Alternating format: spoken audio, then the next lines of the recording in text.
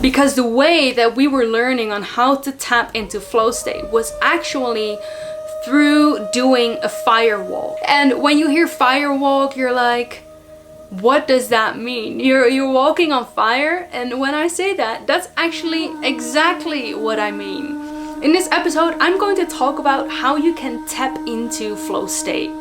A lot of people talk about flow state. A lot of people talk about how this is the ultimate state that you want to be in order for you to manifest your manifestations much quicker, to feel peaceful, and to walk the way towards enlightenment. Well, if that's something that you love to learn more about, then stay around. How does it feel to be alive, to be free? Are we truly in the here and now, or are we living a dream that we created? Close your eyes to see clearly. This is life on purpose. Hello everyone, welcome to another episode of On Purpose by Lynn. For those of you who were new here, welcome. My name is Lynn and I share with you everything you need to know about personal development and spirituality so that you can create your best life and so that you can rise to your fullest potential. If that's something that you're interested in, then make sure to subscribe. So the first time that I heard about flow state was actually during an event that I attended longer than a year ago now, and it was a very large weekly training, a speaker training actually, where we were learning how to tap into flow state, how to tap into that state where we're connected with the divine, with our higher self, and where we start speaking from that place, how we can tap into this creativity and this inspiration while you're being grounded here in the here and now. And so this was a very interesting experience for me because the way that we were learning on how to tap into flow state was actually through doing a fire walk. And when you hear fire walk, you're like, what does that mean? You're walking on fire? And when I say that, that's actually exactly what I mean.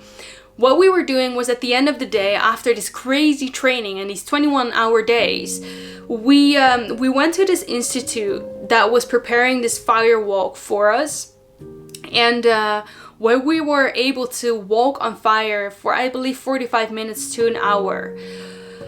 And I think a lot of traditional yogis and a lot of people in the ancient cultures, they used fire to tap into their connectedness, to tap into pure consciousness. And when I first heard this was all a little bit crazy for me. I'm like, how can walking on fire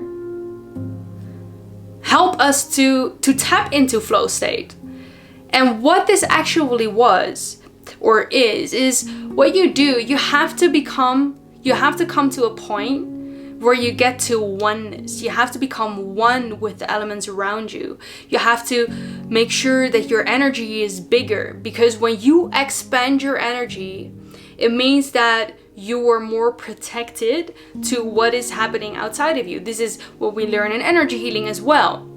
When we expand our aura, when we cleanse our aura and it's able to expand further out our body, it actually functions as a layer that will protect us for illnesses, for certain things that's happening outside of us. This is our protection shield. And if we vibrate higher, we cannot experience these kind of things. And this is what happens with a fire walk as well, is you have to get into this state.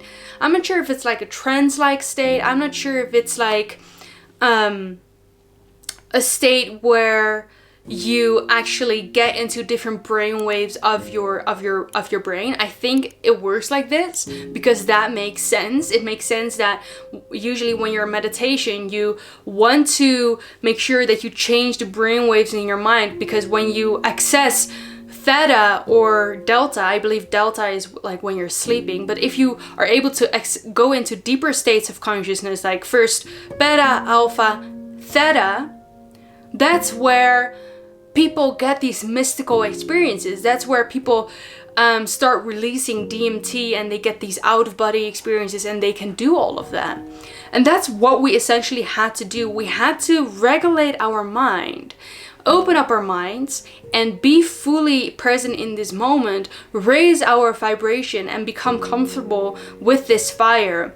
And as we were walking on this fire, and as we were able to do that, we were actually able to stand still on this fire, to stand still for multiple minutes at a time,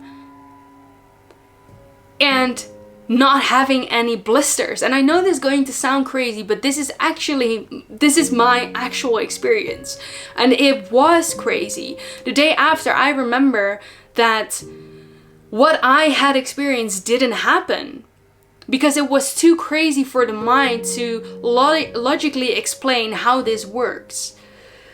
But what I'm saying is that when we learn to tap into flow state without these crazy external things like firewalking is just a way to tap into it, we are actually able to channel pure consciousness, to channel pure energy, to have that clear connection with source, with your higher self, and to feel this expansive feeling that allows you to create from a place of, this is what my soul wanted to create on our planet. This is what my soul came here to do, and you feel no resistance whatsoever because you're in a heightened state of awareness, in a heightened state of consciousness.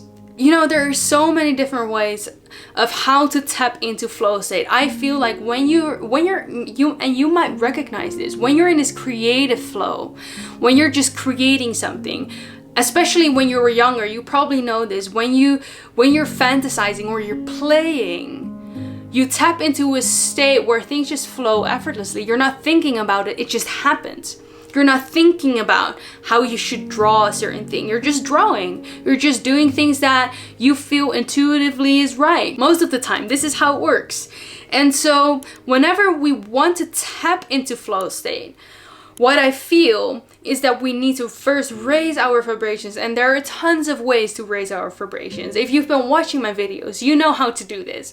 I've talked about this many times, but meditation, yoga, moving your body, dancing, listening to uplifting music, and energy healing, all these types of things is what will help you to tap into flow state. For me personally, the easiest way of how to tap in flow state naturally without walking on fire is through playing, surfing, having fun in the water, doing silly things. Play is one of the things where you cannot be in a low vibrational state while you're playing. You cannot be that. You cannot feel serious while you're playing. When you're playing, you're opening up your energy, and this helps you to connect to the infinite source of creativity, infinite source of inspiration, and infinite source of getting answers to questions you would love to hear, you would love to know. And so tapping into flow state is something where I feel if we learn how to do that, we tap into the sweet spot of manifestation. We tap into the sweet spot of finding our purpose. We tap into the sweet spot of feeling happy and alive and peaceful and blissful. When we're in flow state, we're in a very harmonious state of being. Everything flows easily, and that's what you will feel as well. When you're in flow state, you won't feel any resistance. You will feel like things start to move for you instead of against you.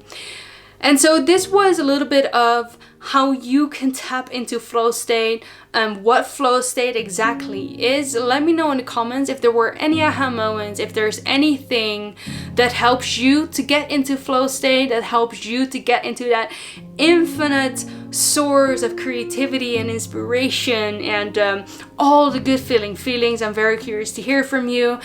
And thank you so much for liking this video and for sharing this video with anyone you think could benefit from this message right now. That will be very helpful, and you'll be helping someone else as well. And of course, if you're new here and haven't already subscribed to my channel, remember to do so, as you will be the first to watch all of my videos every Mondays, Wednesdays, and Fridays, so that you can create your best life.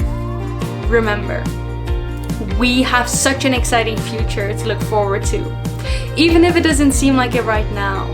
Thank you so much for being here, and I'm looking forward to see you in the next video. Bye for now.